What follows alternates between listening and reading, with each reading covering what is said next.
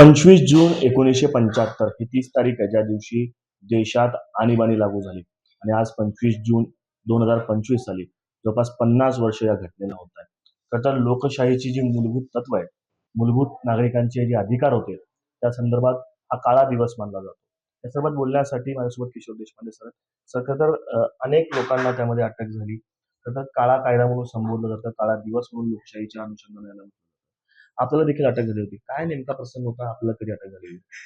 25 जूनच्या रात्री 12 वाजता आणीबाणी जाहीर झाली आणि त्याच वेळेला संघावरती बंदी आली आणि म्हणून त्याचा निषेध करण्यासाठी म्हणून आम्ही रात्री 12 वाजल्यापासूनच कामाला लागलो आणि ठिकठिकाणी रस्त्यावरती पोस्टर्स लावणे, भिंती रंगवणे असा उपक्रम आम्ही सुरू केला.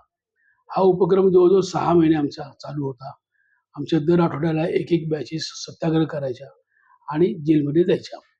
10 डिसेंबर 1975 रोजी माझा सत्याग्रहाचा दिवस होता आणि त्यासाठी म्हणून दुपारी 12 वाजता सोलापूर कॉलेजच्या समोर माझ्या नेतृत्वाखाली विद्यार्थ्यांचा सत्याग्रह होता. पण तत्पूर्वीच दुपारी 12-1 वाजता मला सोलापूरचे त्यावेळचे जेल रोडचे इन्स्पेक्टर कलगडकी म्हणून होते. त्यांनी येऊन सोलापुरात मला अटक केली. त्या दिवशी नेमकं मी घरी जेवायला आलो होतो. त्याच्यापूर्वी मी भूमिगत होतो आणि त्यावेळेला बाबाराव सावरकरांचं मी चरित्र वाचत असताना त्यांनी मला येऊन अटक केली आणि सोलापूरच्या जेलमध्ये कस्टडीमध्ये ठेवलं. तेव्हापासून ते आणीबाणी उठेपर्यंत म्हणजे एप्रिल जवळजवळ ज्यावेळेला निवडणुका जाहीर झाल्या, त्या निवडणुकांचा निकाल लागला, त्यानंतर मला जेलमधनं सोडण्यात आलं. कारण माझी आंदोलनाची पार्श्वभूमी फार जुनी होती. 1970 पासून मी चळवळीमधला माणूस होतो. कुमार सप्तर्षींच्या बरोबर मी आंदोलनामध्ये होतो. लिमाईंच्या बरोबर आंदोलनात होतो.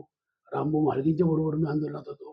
म्हणजे आणीबाणीमध्ये जेलमध्ये जाण्यापूर्वी माझ्या 4 वेळेला जेलच्या वाऱ्या झाल्या होत्या आणि सगळ्यात मोठी जेल 14 महिन्याची मला ही आणीबाणीच्या काळामध्ये झाली. नाशिक सेंट्रल जेलमध्ये मला ठेवण्यात आलं होतं.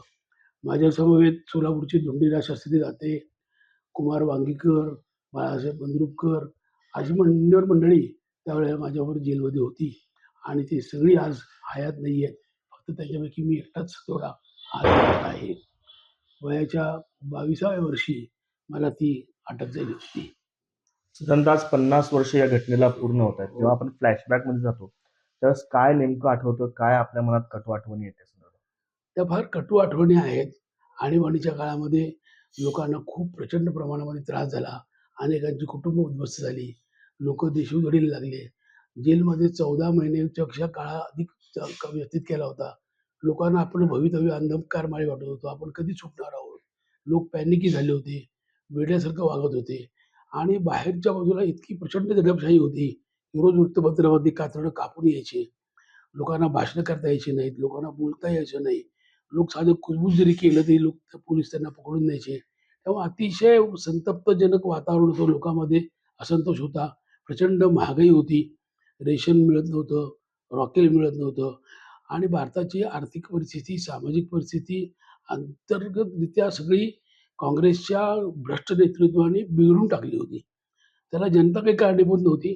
केवळ इंदिरा गांधींना स्वतःचं राजकीय अस्तित्व टिकवून ठेवण्यासाठी म्हणून ही सगळी देशाला वेठीस धरलेली आणीबाणी होती. तर खरं तर अशी काय नेमकी घटना आपल्या मनात कोरली गेली, की ज्याच्यामुळं आपल्याला असं वाटलं, की आपण या आणीबाणीच्या विरोधात सत्याग्रह केला पाहिजे, आणीबाणीच्या विरोधात आंदोलन उतरलं पाहिजे. आपल्याला कल्पना होती, की लोकांना अटक होतीये. होते ना. 6-6 महिन्यापूर्वीच आपल्याला कल्पना आलेली होती. मग त्यानंतर देखील परंतु 14 आम्हाला संघाचा आदेश होता. विद्यार्थी परिषदेचा मी प्रदेशाचा सहमंत्री होतो त्यावेळेला आणि धोरण ठरलं होतं, की आपल्याला आणीबाणी यायला विरोध करायचा आहे आणि टप्प्याटप्प्याने सगळ्यांनी मिळून ते सत्याग्रह चालवायचा आहे. वर्षभर, 2 वर्ष किती दिवस चालले तेवढा सत्याग्रह चालवायचा. काही लोक भूमिकेत होऊन काम करायचे, काही सत्याग्रह करायचे. त्यावेळेला 2 प्रकारचे कायदे त्यांनी अंमलात आणले होते. मला जेव्हा अटक झाली ती maintenance of internal security act मिसा आणि दुसरा जो ॲक्ट होता, जे सत्याग्रही होते त्याला defence of India rule DIR या ॲक्टखाली अटक करायची. महिना 2 महिने जेलमध्ये ठेवायचे आणि 2 महिन्यांनी त्यांना सोडून द्यायचे. परंतु मिसावाल्यांना केव्हा सोडणार, कधी सोडणार, कसं सोडणार, सगळं भवितव्य अंधकारमय होतं आणि ज्यावेळेला सगळ्या परिस्थितीचा रेटा वाढला, देशातले सगळं शीर्षस्थ नेतृत्व म्हणजे जयप्रकाश नारायण असतील, अटल बिहारी वाजपेयी, अडवाणी असतील, महाराष्ट्रामध्ये प्रमोद महाजन, गोपीनाथ मुंडे, जयसिंग गायकवाड, आम्ही सगळेजण, प्रकाश जावडेकर नाशिक जेलमध्ये होतो. आणि त्यामुळं महाराष्ट्रामध्ये, देशामध्ये प्रचंड असंतोष निर्माण झाल्यामुळं परिस्थितीचा रेटा इतका निर्माण झाला, की इंदिरा गांधींना निवडणुका जाहीर कराव्या लागल्या. तत्कालीन परिस्थिती काय झाली होती, गुजरातमध्ये विद्यार्थ्यांचं आंदोलन मोठं झालं होतं. त्या ठिकाणी चिमणबाईचं सरकार कोसळलं होतं आणि इंदिरा गांधींच्या विरोधामध्ये सुप्रीम कोर्टाचा निकाल लागला होता. राजनारायणांनी इंदिरा गांधींना निवडणुकीत हरवलं होतं. पण तो भ्रष्ट नीतीचा वापर करून बाई निवडून आल्या आणि सुप्रीम कोर्टाने त्यांची निवडणूक रद्द केली. अलाहाबाद हायकोर्टाने त्यांची निवडणूक रद्द केली आणि त्याच्या विरुद्ध बाईंना असंतोष निर्माण झाला. त्यांना वाटलं की आता आपलं स्थिर राहत नाहीये आणि आता आपल्याला आपलं सरकार जर वाचवायचं असेल तरी आणीबाणी लादली पाहिजे आणि त्या विचारातनं आणीबाणी देशावर लादली गेली.